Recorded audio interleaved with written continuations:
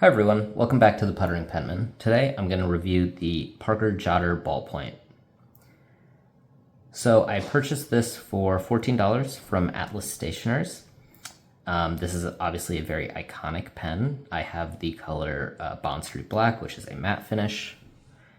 It also comes in several other colors, one of them being royal blue. I bought the fountain pen in the royal blue. I have a separate review of that up on my channel as well if you want to check that out.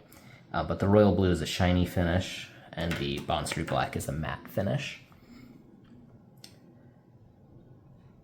So this is a retractable pen. The click is doesn't take too much pressure to do. Does make a loud sound. You would probably annoy people in the office or wherever you are if you kept doing that over and over again. The top just unscrews to reveal the refill. I have the original Parker blue medium refill. It is a 1.0. We will discuss how the ink is in the writing sample. So then you just screw it back on, and there it is. So quickly, let me just write something.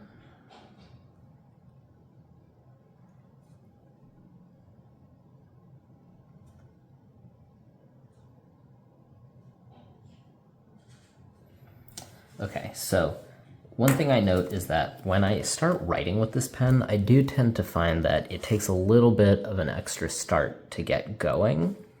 That is somewhat common with like many ballpoint pens, although the Jetstream ballpoints and the Pilot Acroballs don't tend to do that as much. The pen body itself, because it tapers down so much here, is a bit uncomfortable for long writing, and because it is a ballpoint pen, you have to press down a little bit on the paper.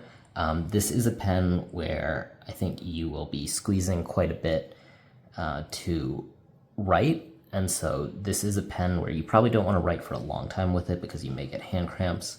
I think where this shines is, like the name says, it's good for jotting notes. So it is the Parker Jotter after all. Let me do a quick comparison. The paper here is Rhodia on an A5 notepad. I want to compare it to a couple other ballpoints. So this is the Jetstream.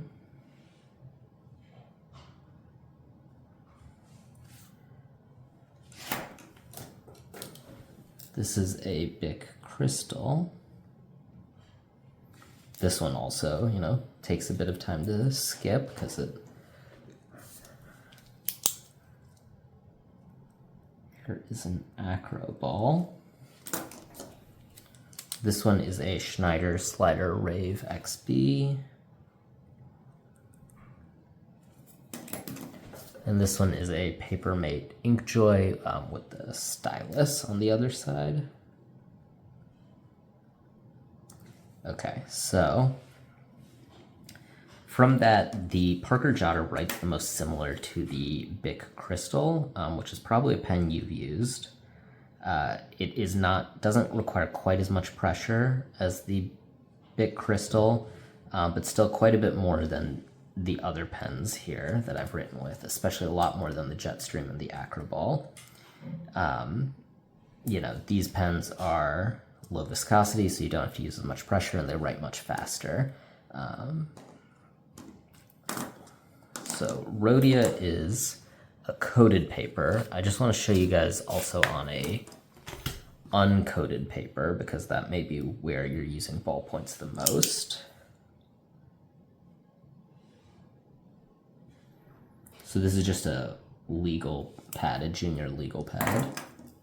So the paper's not coated, it's like really poor quality paper. Okay, so I like the Jotter a lot more than the Bic Cristal because you have to push down really hard with the Bic Cristal. You don't have to push down as hard with the Parker Jotter.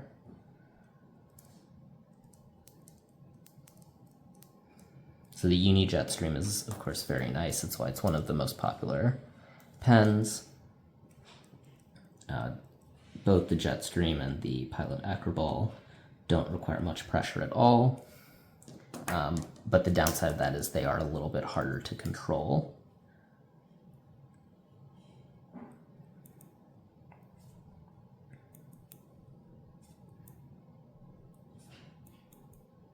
Okay, so the Schneider Slider Rave XB, in this case, writes pretty similar to the Parker Jotter, except the line is much thicker, of course, because it's an extra bold refill in there.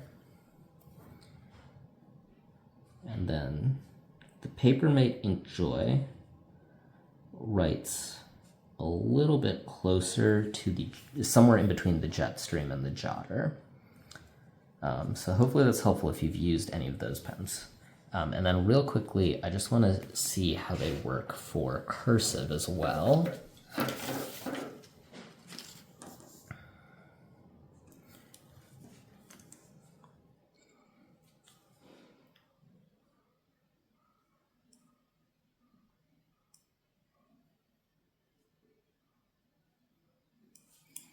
Okay, so the Jotter actually works really nicely for Cursive.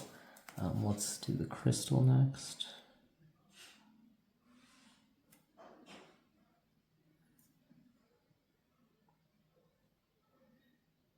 Okay, the Cristal is very nice for Cursive. Actually, it's even smoother than the Jotter. But you do write a little bit slower, but with that slowness, you get more control.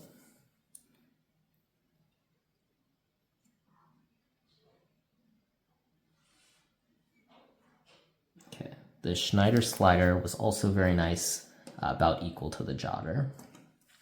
So here is the Acroball.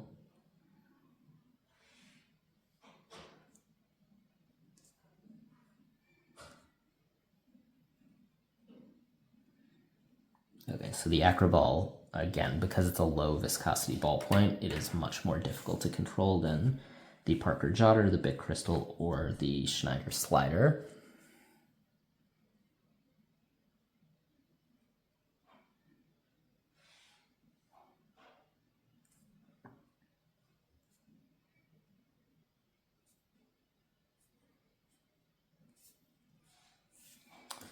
Okay, the Jetstream is also difficult to control compared to the Parker Jotter.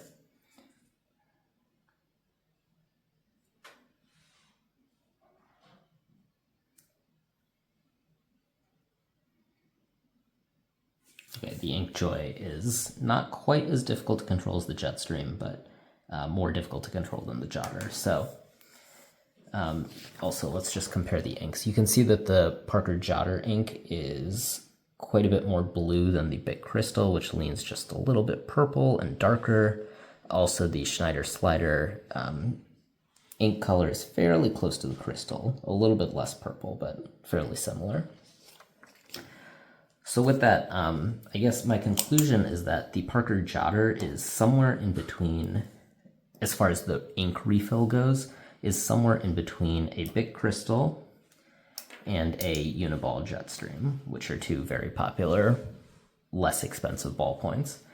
It's not quite as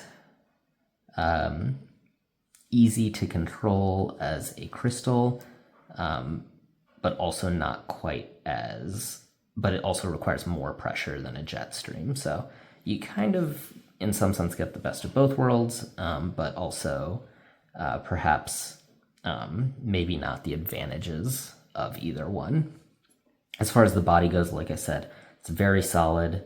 It is a stainless steel body. It will hold up for a long time.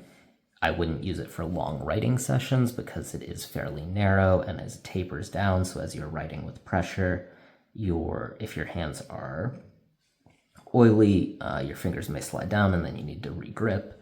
That could get annoying, but really good for short writing and note-taking. And of course, that is why it is a very iconic pen. Okay, so with that, let me know if you have any questions in the comments below, and I will see you next time. Bye.